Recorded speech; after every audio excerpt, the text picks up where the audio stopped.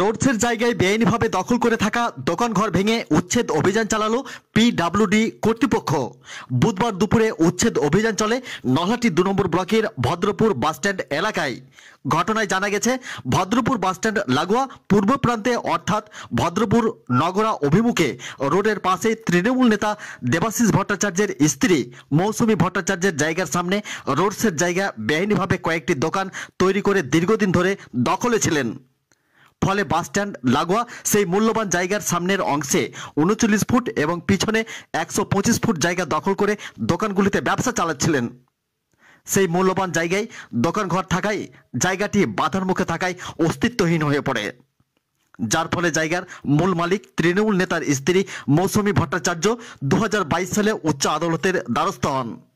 এই কয়েক বছর আদালতে মামলা চলার পর আদালতের নির্দেশে পিডব্লিউডি রোডস কর্তৃপক্ষকে উচ্ছেদের জন্য নির্দেশ দেন। সেই নির্দেশের বলে পিডব্লিউডি কর্তৃপক্ষ এদিন উচ্ছেদ অভিযান চালান।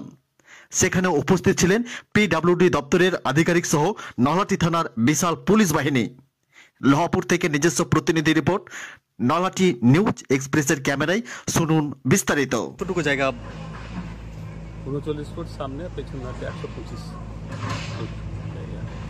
এটা মানে এনক্রোচমেন্ট পিডব্লিউডি রাস্তার মধুসদর এনক্রোচমেন্ট ছিল এবং সেখানে ঘুমটি টুমতে থাকার জন্যে আমাদের যাতায়াত হচ্ছিল না, জায়গার উপর দিয়ে কোর্টে যেতে পারছিলাম না।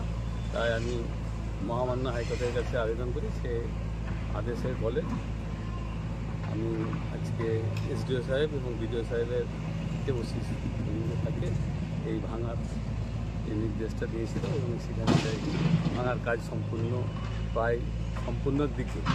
কতদিন আগে আবেদন করেছিলেন? আবেদন হচ্ছে 2022 সালে। এর মধ্যে কোনো বাধার মুখে পড়েছিলেন? না, মানে হাইকোর্টে অর্ডার হওয়ার পর মানে সরকারি অফিসগুলোতে সম্পূর্ণভাবেই সহযোগিতা করেছিল, সমস্তটাই প্রসেস করেছিল, তার জন্য একটু দেরি হয়ে গেছে, তাছাড়া কিছু না। কি দোকান ঘর ছিল এখানে?